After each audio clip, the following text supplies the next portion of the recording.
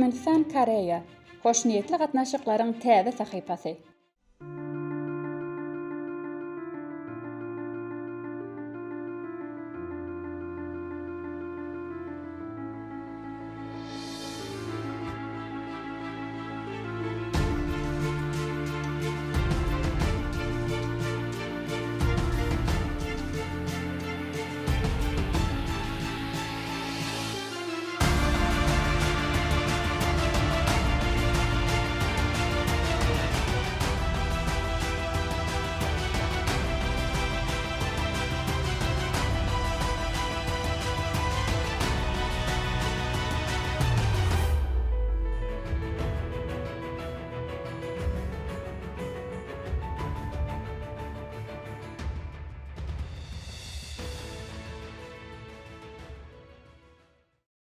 Türkmenistan garaşdyrlygyna eýe bolanyndan soň dünýä döwletleridir halkara guramalar bilen özara bähbetli, dostlukly, iki taraplaýyn we köp taraplaýyn gatnaşyklary ýola goýdy.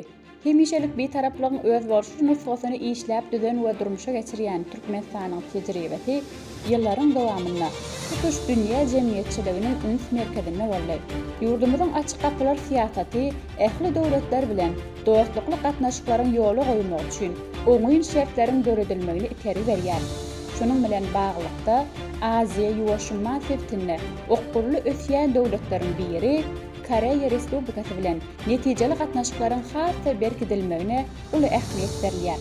2024-nji ýylyň 10-njy 11-nji iýununda Koreya Respublikasynyň prezidenti Yoon Suk Yeol'un ýurdumyza amala aşyran döwlet sapary hem iki taraplaýyn gatnaşyklarda täze sahypany açdy. Bu sapar Koreya Respublikasynyň prezidentiniň 2019-njy ýyldan soňky 5 ýylyň dowamyna ýurdumyza ilkinji döwlet saparydyr. Aziýa gaplanlarynyň kerwanmaşysy. Dünýäde her bir halkyň ösüş ýoly bir meňdeş bolmaýar. Şol ösüş köplenç, şol halkyň milli medeniýetinden, däp desturlaryndan gelip çyksa, beýleki bir tarapdan ol hem islenlik ýurduň tebiği ýerleşişi, çiğ mal resurslaryna baýlygy bilen bagly bolup durýar. Bu esaslar bolsa, ýurduň ösüş ýolyny saýlap almakda ugur alyşyna godu bolup hyzmat edýär. Dünýädäki en çeme döwletler ennigan össe, olaryň käbiri ösüş bady bilen sanlyca wagtyň içinde dünýäni haýrana galyryp ödügeler ank edýär. Ine Koreya Respublikasy hem şeýle döwletleriň biri. Ýurdun resmi ýady Koreya Respublikasy bolup, ol Günneger Aziýada, Koreya ýarymadasyna ýerleşýär. Ilaty 77 million adama barabardyr. Onuň 98 göterimi Koreylilerdir. Geçen asyryň 50-nji ýyllaryna jem içerki önümiň adam başyna düşýäni $100 ýetmeýän bolsa, häzirki günde bu görkeziji $32.000 Amerikan dollaryna deňdir.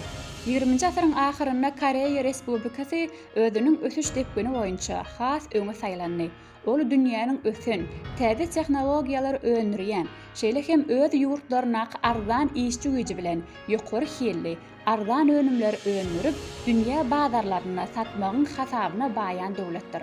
Şonuň üçin olara Aziýa gaplanlary ýa-da täze senagatlaşan döwletler hem diýilýär.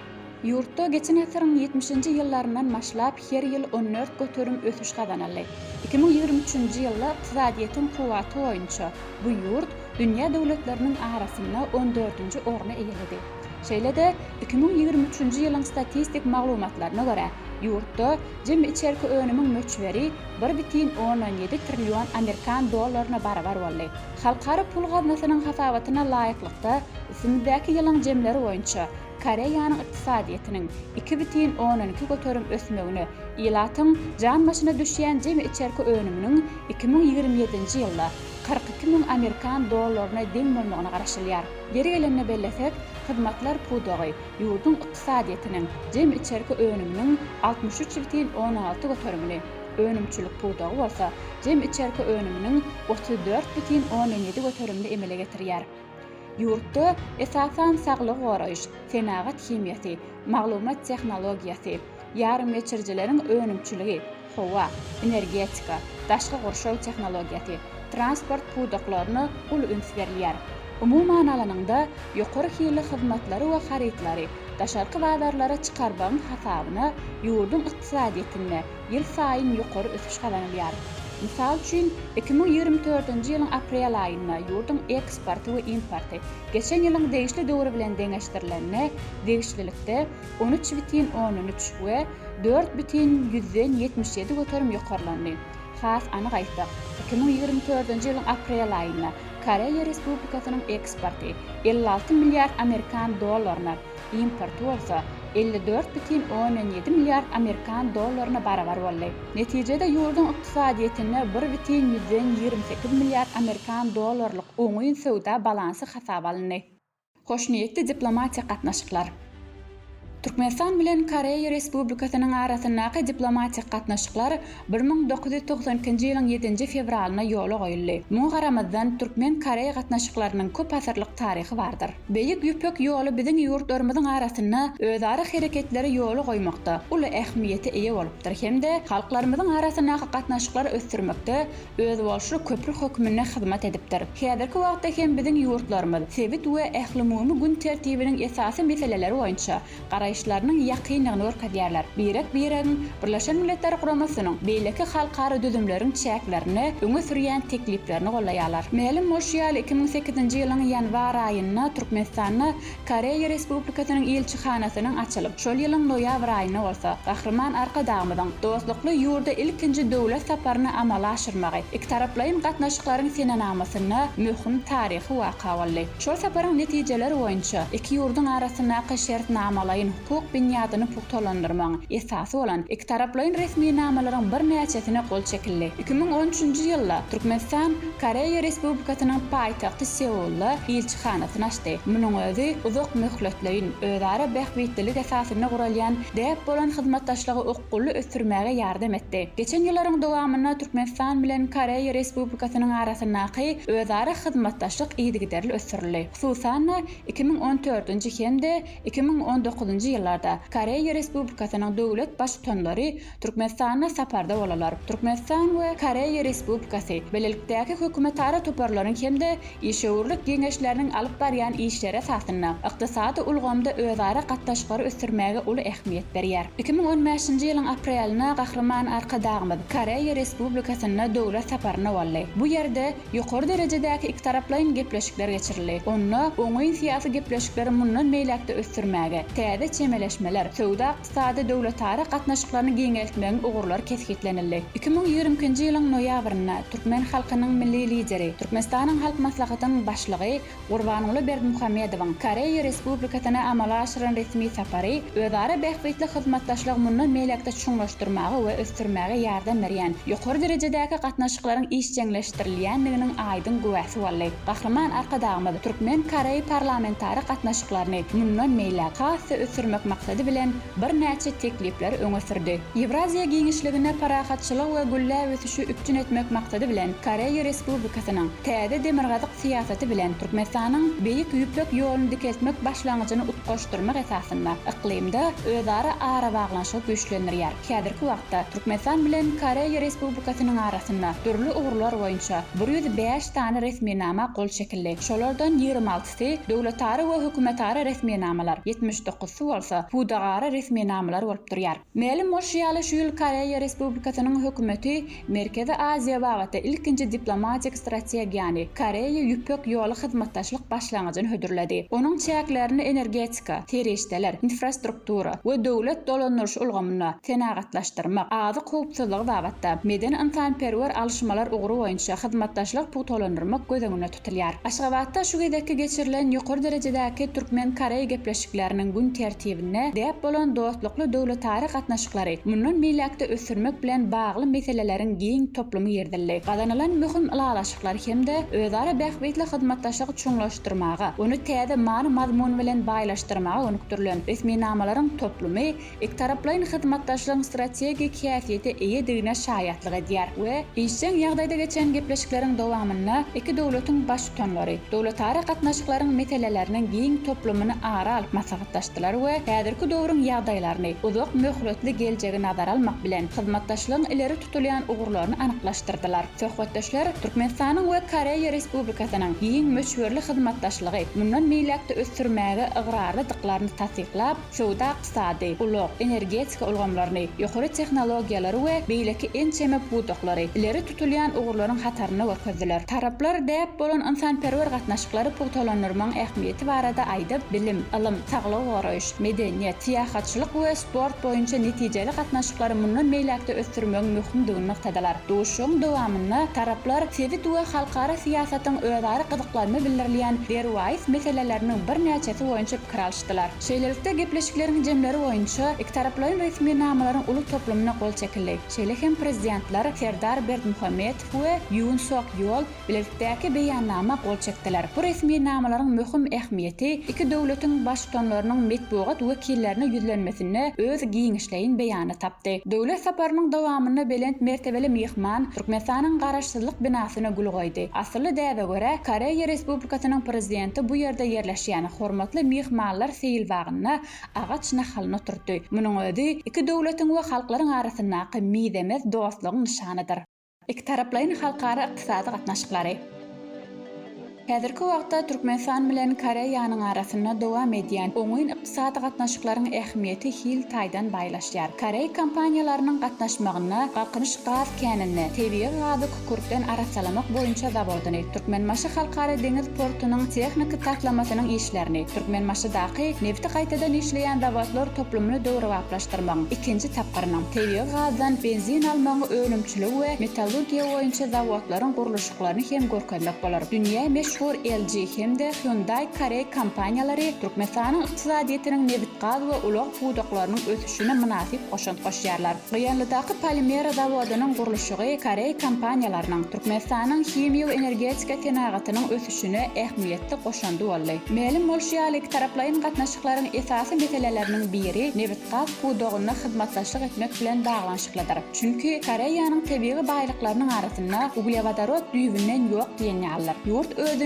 neft we gazy bolan itlegini tutuşlugyna diýen ýaly importyň hasabyna kanagatlandyrýar. Ykdysady taýdan çal ötüş depginine eýe, syýasy taýdan durnukly ýurt bolan Türkmenistan bilen neft gaz pudogyna hyzmatdaşlyk etmek Koreýa üçin ören amakdadyr. Bu hyzmatdaşlyk arkaly Koreýa tarapy tebiği gaza barha artýan itlegini ygtybarly hyzmatdaş bolan Türkmenistanyň ýardam bermegi bilen üpjün edýär we energiýa howpsuzlygyny puhtalandyrýar. 2008-nji ýylda ýurtlarymyzyň arasynda sowda, ykdysady, ilmi we tehnologik hyzmatdaşlyk boýunça hökümetara Türkmen Koreýa topar döredildi we häzirki wagtda da hereket edýär. Şeýle hem 2019-njy ýylyň oktýabrynda Türkmenistan Koreýa işgörler geňeşi döredildi. Maýy goýum hyzmatdaşlyk hem işçe gösterilýär. 2008-nji ýyldan bäri Koreýa Respublikasynyň meşhur awtolog öndürjüsi bolan Hyundai kompaniýasy Türkmenistan bilen hyzmatdaşlyk edip gelýär. 2008-nji 2020-nji ýyllar aralygynda ýurdumyzda ýokary rahatlykly we has gowlandyrylan howpsuzlyk şertleri bilen tapawutlanýan Hyundai awtobuslarynyň 1200-den gowra gelip goşdy. 2014-nji ýylda Aşgabatda Koreýa Respublikasynyň awtomobil gurulşygy senagatynyň öňbaşy kärhanasy bolan Kia Hyundai sowda hyzmat ediş merkezi açyldy. Türkmen Koreýa gatnaşyklaryna ul üns berilýän ugurlaryň bir hem döwletary maýy goýum işlerini mundan meýlekde işçiňleşdirmek bilen maglydyr. Koreýa Respublikasy häzirki zaman dünýä hojalygynyň iň iri maýy çykarýan ýurtlarynyň birinji onlugyna ýerýän ýurtlaryň biridir. Häzirki wagtda Koreýa her ýylda 120 milliard dolar kapitaly daşary ýurtlaryň ykdysadyetine öňdürýär. Türkmenistanyň şäherleriň täze keşbini döretmekde. Koreýa Respublikasy bilen hyzmatdaşlygyň uly mümkinçilikleri bardyr. 2023-nji ýylda ýurdumyzda Arkadaq şäheriniň birinji tapgyry dawraly ýagdaýda açyldy. Ol texnik we tehnologik häsiýetnameler boýunça öz bolşly, täze ölçegleri esaslanýan akylly şäheriň nusgasy bolup durýar. Ýakyn geljekde ýene-de bir ören iri taslamany Aşgabat Cityni durmuşa geçirmäge girişmek meýilleşdirilýär. Bu taslamada müňlerçe adam üçin döwrewap ýaşaýyş jaýlaryny, ulak ulgamlaryny, ekologik zoologları, häzirki zaman diň jalş we durly ugurly merkezleri gurmak gözeňine tutulýar. Bu ugurda hem Koreýa kompaniýalarynyň tejribesi aýratyn ähmiýeti eýedir. 2024-nji ýylyň 11-nji iýununda Aşgabatda türkmen halkynyň milli lideri, Türkmenistanyň halk maslahatynyň başlygy Gurbanuly Berdimuhammedowyň hemde Koreýa Respublikasynyň prezidenti Yoon Suk Yeolyň gatnaşmagyna Türkmen Koreýa işgörlik maslahatynyň geçirilmegi hem aýratyn belärliklidir. Munyň özi ýetijeli gatnaşyklar giňeltmek we köpügürleşdirmek, hyzmatdaşlygyň bar bolan köpügürlik kuwwatyny durmuşa geçirmek, mexanizmlaryny işläp taýýarlamak, maýa goýum işçiligini kowetlendirmek üçin açyk meýdança bolup hyzmat edýär. Şunu hökümetary Türkmen Koreýa toparynyň hemde Türkmenistan Koreýa Respublikasy işçiwurlyk geňeşiniň alyp barýan işlerini hem möhüm orun eşlidir. Türkmen halkynyň milli lideriniň Türkmen Koreýa işçiwurlyk maslahatyny eden tarih çykyşyna Merkezi Aziýa Koreýa Respublikasy hyzmatdaşlyk forumynyň çäklerini hem durly ulgamlar babatda wajyp çödügitler kabul edilip, bu ugurdaky gatnaşyklar diňe bir iki taraplaryň görnüşde dälle eýsem halkara guramalaryň şol sanyna Birleşen Milletler Guramasynyň çäklerini de işçiň häsiýetde dowam etdirilýär. Men forumyň netijeleriniň Türkmen Koreýa gatnaşyklarynyň mundan meýlekde ösdürilmegini itergi berjekdigine berk ananyarny bellemegi geljekde de iki taraplaryň hyzmatdaşlygy hassa çuňlaşdyrmaga, ony täze many mazmun bilen baýlaşdyrmaga itergi berer. Ýurtlaryň arasynda işçiwurlyk ugru boýunça özara gatnaşyklaryň köp taraply nesasy, hususan Merkez Aziýa Koreýa Respublikasy formatynyň çäklerini hem ösdürilýändigini bellemek gerek. 2023-nji ýylyň noýabrynda Aşgabatda bu formatdaky hyzmatdaşlyk forumynyň ministrler derejesindäki 16-njy mejlisiniň çäklerini işçiwurlyk geňeşiniň 4-nji mejlisi hemde Merkezi Aziýa Koreýa Respublikasy ýaş telekeçileriň işçiwurlyk forumy geçirilipdi. Bir söz bilen aýdalanda däp bolan hyzmatdaşlygy ýyl taýdan täze derejä çykarmak üçin ähli şertler we mümkinçilikler bar. Häzirki wagtda çelle ýurdumyzda Koreýa kompaniýalarynyň gatnaşmagyna umum bahaty 11 milliard Amerikan dollarynyň gowrak bolan 14 sany maýa goýum taslamasy bar. İşçiwurlyk maslahatynyň dowamyna Türkmenistan bilen Koreýa Respublikasynyň arasynda towda ykdysady we maýa goýum hyzmatdaşlygynyň mümkinçiliklerini ýakyndan ara alyp maslahatlaşyldy. Şunyň bilen baglykda Türkmen Himiýa döwlet konserniň we Hyundai Engineering Co. Ltd. kompaniýasynyň arasynda Gyandaky polimer zawodynyň üstünlikli işe girdilmegi we durnukly işlemek üçin derur çäreleriň we işleriň ýerine ýetirilmegi barada hyzmatdaşlyk hakyna ýalaşygy hemde Türkmengas döwlet konserniň we Hyundai Engineering Co. Ltd. kompaniýasynyň arasynda galkynyş gaz käniniň 4-nji tapgaryna öňürjüligi ýylla 10 milliard kub metr haritli gazy taýýarlaýjy desgalary we uýulary dowlu taýýar edip gurmak şerti bilen taslamalaşdyrmak, satyn almak we gurmak taslamasy boýunça hyzmatdaşlyk etmek hakyna çarçuwaly ýalaşyga gol çekilmeli.